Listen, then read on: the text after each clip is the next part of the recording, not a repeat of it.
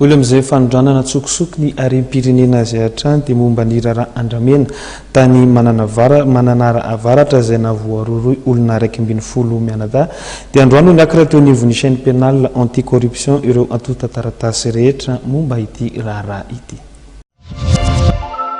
Nalefa teny anivon'ny chaîne pénale anti-corruption androany maraina ny antota taratasy mikasika ny raharaha andramena tany mananara avaratra izay navoaroroy olona 170 mianadahy.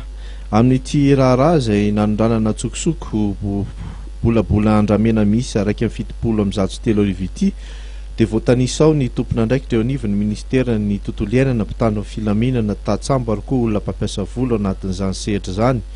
Ny volana janoary 2024 no ny atombohan'ny tranga izay nahatonga ny Bromale tena misana ny ady amin'ny kolikoly nanokatra ny fanadihadiana.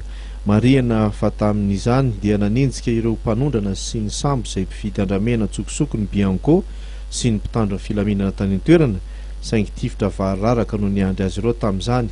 Ny alakamisy ho avy izao no voalaza fa hoenoana eny anivon'ny chaîne pénale anti-corruption eny 67 hectares ireo olona 170 voaroroy.